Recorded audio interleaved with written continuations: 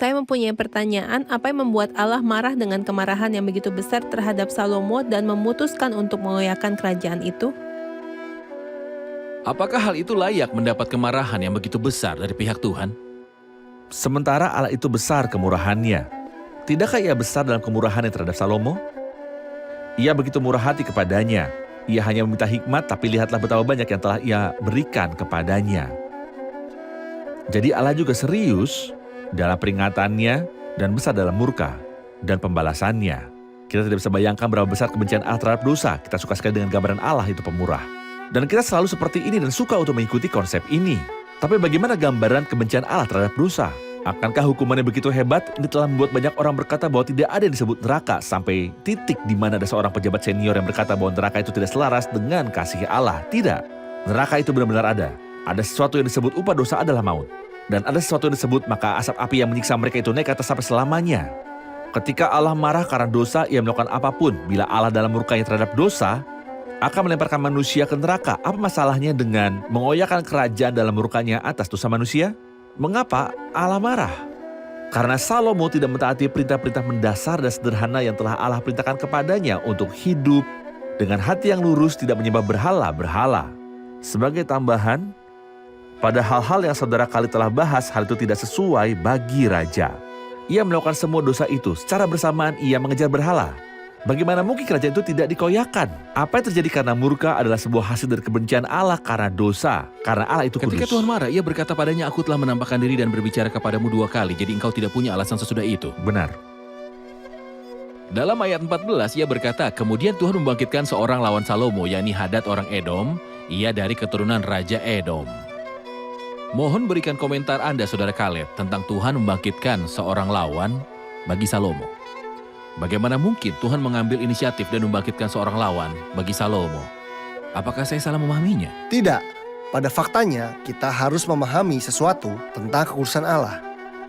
Apapun yang menyentuh kekudusan Allah, dari dekat ataupun jauh, akan membangkitkan kemarahan dan murka Allah. Karena Allah tidak bersedia kekudusannya dikalahkan dan ia tidak mengubah prinsip-prinsip kebenaran yang ia gunakan untuk berurusan dengan manusia. Seperti yang kita dengar bahwa apa yang Salomo telah lakukan itu buruk sekali. Hal itu sangat menyentuh kekudusan Allah. Salomo seharusnya mengambil jalan yang berbeda sama sekali. Salomo sendiri pernah menulis dalam kitab Amsal, jikalau Tuhan berkenan kepada jalan seseorang, maka musuh orang itu pun didamaikannya dengan dia. Saya pikir kebalikannya pun berlaku. Saat jalan kita tidak menyenangkan hati Tuhan, ia dapat menggunakan orang-orang lain untuk menegur dan mendisiplin kita. Membangkitkan satu musuh yang adalah bangsa yang dipakai oleh Tuhan sebagai tongkat pendisiplinan seperti yang akan kita lihat nanti. Ia memakai Asyur untuk mendisiplin kerajaan Israel dan memakai Nebukadnezar untuk kerajaan Yehuda.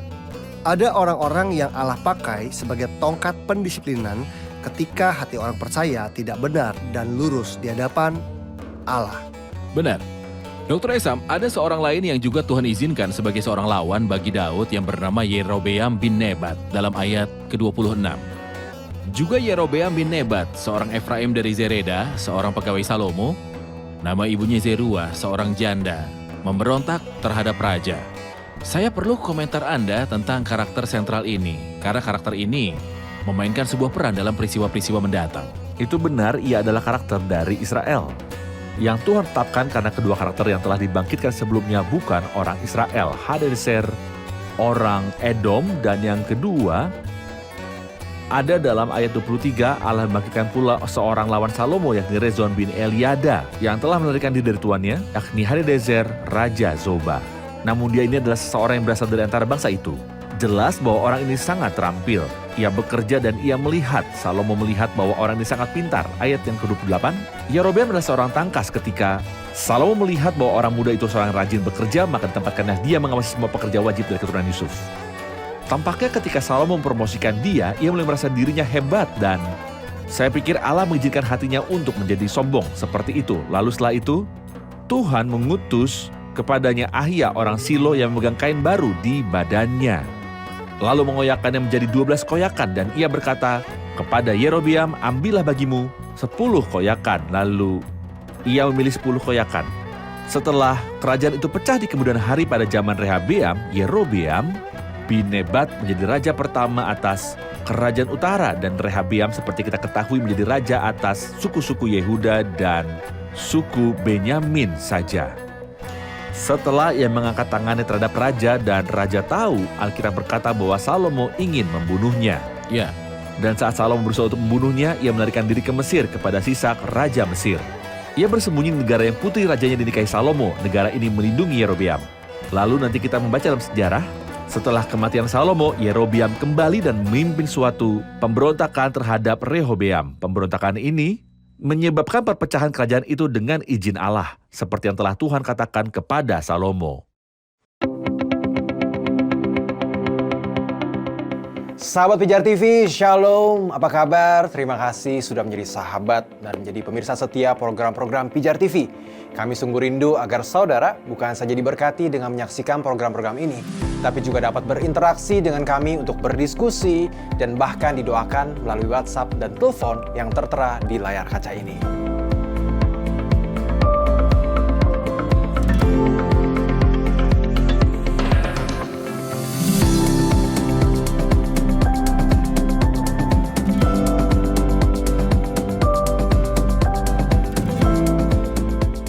Hubungi kami sekarang melalui WhatsApp. Tim Respon Pijar TV siap untuk melayani saudara. God bless you.